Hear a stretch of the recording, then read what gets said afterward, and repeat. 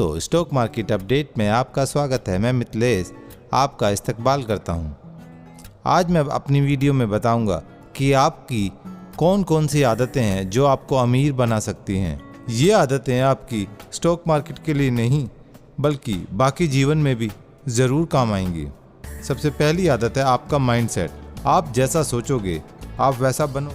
अगर आप सोचते हैं कि स्टॉक मार्केट में तो केवल नुकसान उठाना पड़ता है, रोज लोगों के पैसे डूब रहे हैं, या स्टॉक मार्केट केवल उन लोगों का काम है जिनके पास बेशुमार पैसा है, तो आपका माइंडसेट नेगेटिव माइंडसेट माना जाएगा और मैं कह सकता हूं कि आपको सीखने की ज़रूरत है।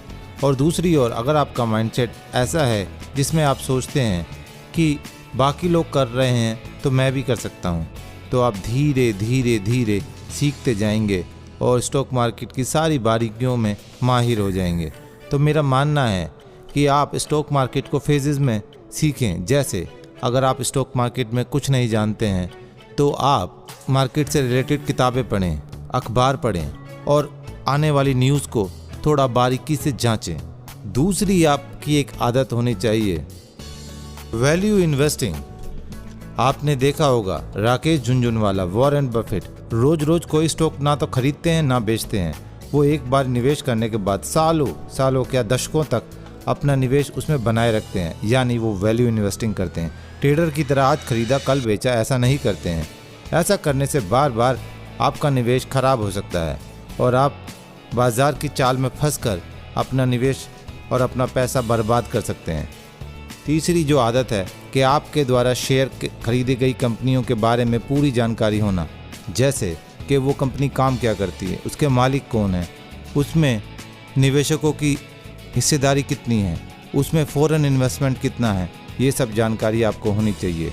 जैसे हम बोलते हैं ना कि जब हम शादी के लिए रिश्ता ढूंढते हैं तो सारी चीज़ों की इंक्वायरी करते हैं कि भाई लड़का कमाता कितना है, उसकी प्रॉपर्टी कितनी है और वो कितना पुराना उनका परिवार है। सेम उसी तरीके से हमें कंपनी के बारे में सारी जानकारी होनी चाहिए।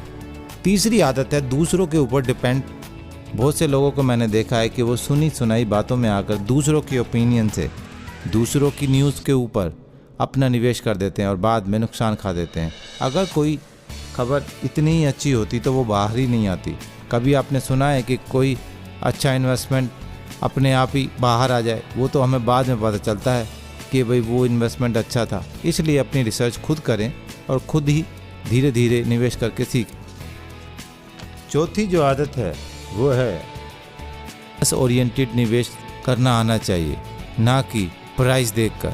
आपने कई बार देखा होगा कि इसका प्राइस गिर गया, जैसे अभी लास्ट ईयर मुझे याद है ड्यूरिंग कोविड के यस बैंक का प्राइस गिरने के बाद लोगों ने उसको ख़रीदने के लिए अपना निवेश कर दिया और आज तक वो निवेश डूब गया। आदत है आपको जो अमीर बनाएगी वो है अपना प्रॉफिट री इन्वेस्टमेंट ना करना।